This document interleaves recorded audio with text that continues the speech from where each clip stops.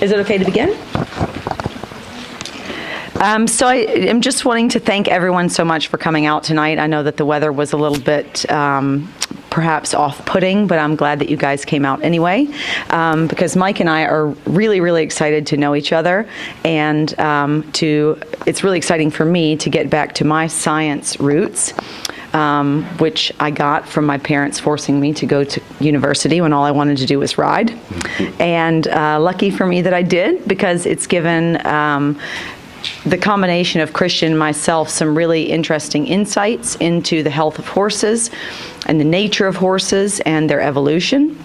That has led me to seek out other scientists to help me in my project. And in this process, I called Mike back after a year or so of wanting to see if we could dispose of our horse manure through his company.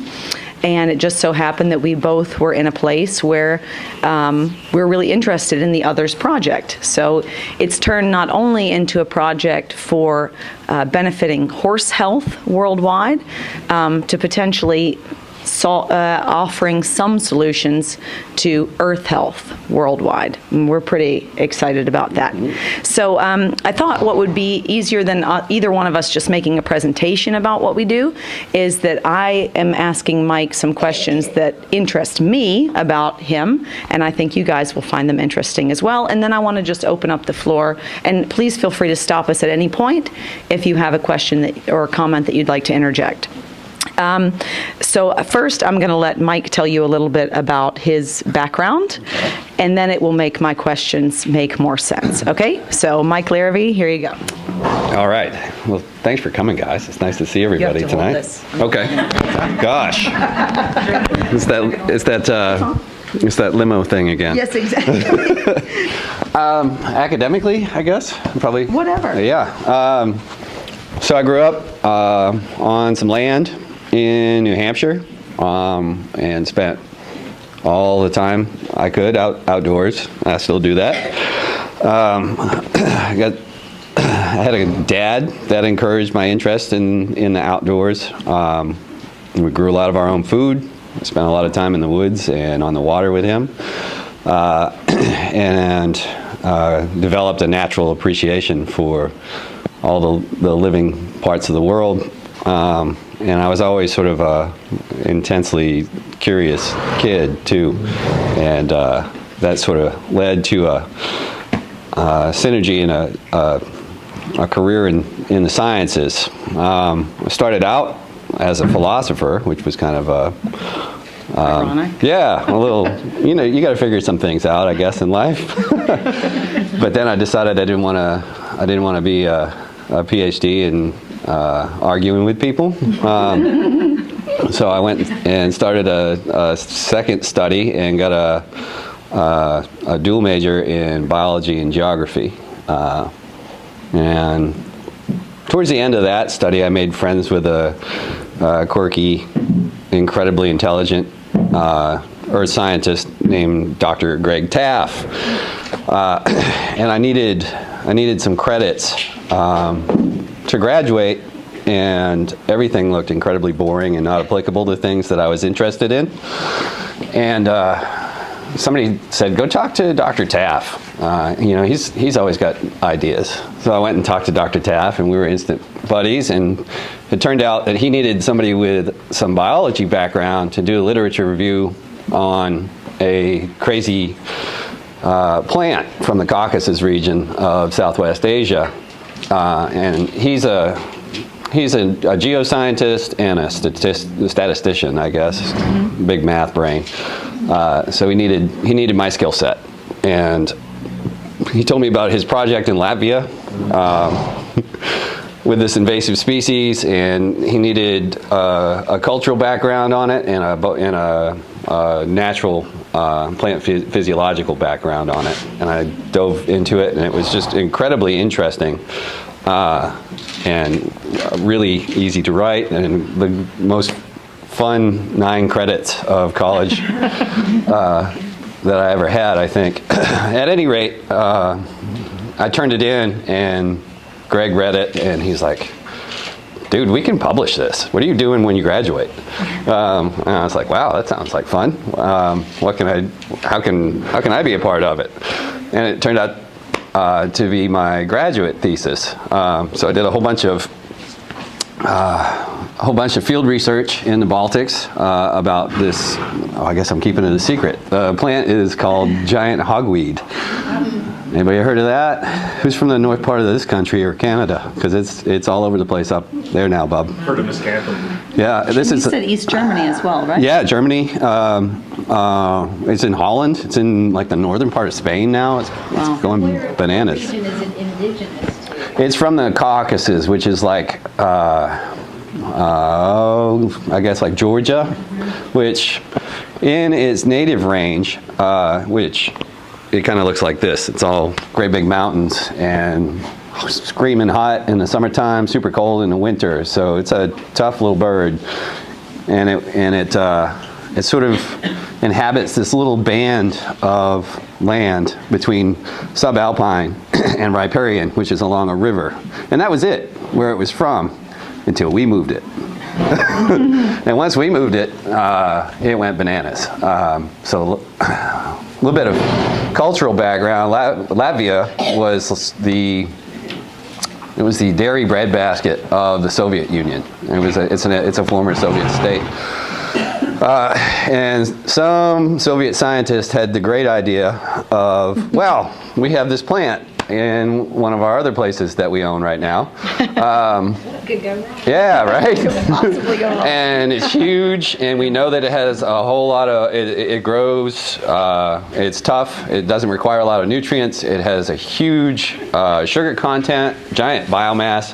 If you've never seen it, giant hogweed, which is it's in the carrot family, also like with Queen Anne's lace. And this dude looks like you gave it a double shot of steroids, because it's like, I don't know, on the average I'd say it's like 10 to 12 feet tall, but in good soil with good strong sun, it can be like 20 feet tall. And it really looks like it's gonna like pull its roots up out of the ground and chase you down the road sometimes. But they brought it there to feed cows, right, to make milk and meat. Didn't do any field study at all. I know that's weird. With Chris and I were just talking about kudzu right down the road. Same thing we did, like a bunch of knuckleheads back in the day. See it growing on these like sheer slopes in Hokkaido and say, look at that. Yeah. That'll be great for holding our highways together. So they brought it to Latvia, which is also called Flatvia, because there's very little topography, incredibly fertile soil. It's a deciduous biome, which is oak trees and stuff like that, and then the arboreal forest is just on the northern frontier, so super productive soils just naturally. So this stuff grew like crazy there. And then they fed the cows, and the cows were happy, and they got big and fat real fast, and then somebody tasted the milk.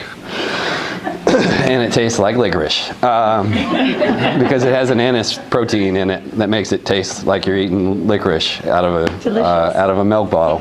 Nice. Also, did the same thing to the meat. Made the meat taste like licorice as well. Yeah. So they just said, well, that was a bad idea. And yeah, exactly. Yeah, not. Red licorice I could do. Yeah, they said, well, this was dumb. Let's go do something else, and completely ignored it until it is now a significant portion of the land mass in Latvia. Because in addition, there are two other problems. So it's huge. It puts out these huge, giant, like deeply incised leaves that don't let any sunlight down to the herbaceous layer. So it creates a herbaceous layer monoculture and destroys the native plant community, like completely. Nothing competes with it. But it's also like a tremendous human health risk. It has so plants, believe it or not, don't want to be eaten by us or anybody else. And they produce secondary chemicals to deter most things from eating them. And the chemical that giant hogweed makes is called fumarocamarin. And fumarocamarin, which is, say that 3 times fast, is a phytophototoxin. And so it's a plant-based compound that when, say, the sap, for example, gets on your skin, anything from the vascular tissue of the plant gets on your skin, and then your skin is exposed to ultraviolet light, you have these incredibly painful blisters and burning. Not just once. It can be like, depending on your sensitivity to it, can be years and years and years. So it was going bananas in the Baltics, and they were trying to figure out some, the first step to solving a problem is to quantify it. So we had to figure out how much of a problem this was. And part of what I did was generate predictive maps based on statistics with a lot of different inputs. And I thought I had screwed it up, which is my normal response to things. But I ran the map, and the whole country turned red, like one solid color. If it wasn't like open water or an urban center, it was red, which meant that like every natural area in that country was susceptible to invasion by this plant. Might I interject just a short story here? Of course. So many of you may be wondering, how does this apply to what we do? So the ones of you that don't know about our work with horse nutrition is exactly based on that principle, which is that plants in general, they have different strategies, but it is not advantageous to them evolutionarily to be eaten in every stage of life, right? So we were having this, or I had a discussion with someone from the Bureau of Land Management. Does anyone know what they do? What pops to mind when you hear about BLM? Mustangs, right? So one of the things that they have to do is round up animals from certain areas. Now, there's plenty of areas where the wild horses are able to live, and they don't have to be rounded up very often, if ever.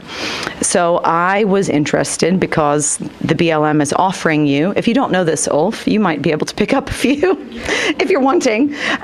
They're going to pay you $1,000 for every one that you adopt. And I was like, can I get 20? However, they limit you to 4. But in the meantime, I think because I must have made someone sort of like raise their radar when I left that message on the phone. The guy that runs the program called me back. They go, he was not all that enthusiastic. He said, they said I had to return your phone call. So I was like, okay, perfect. So in the first few minutes, I was talking to him and just said,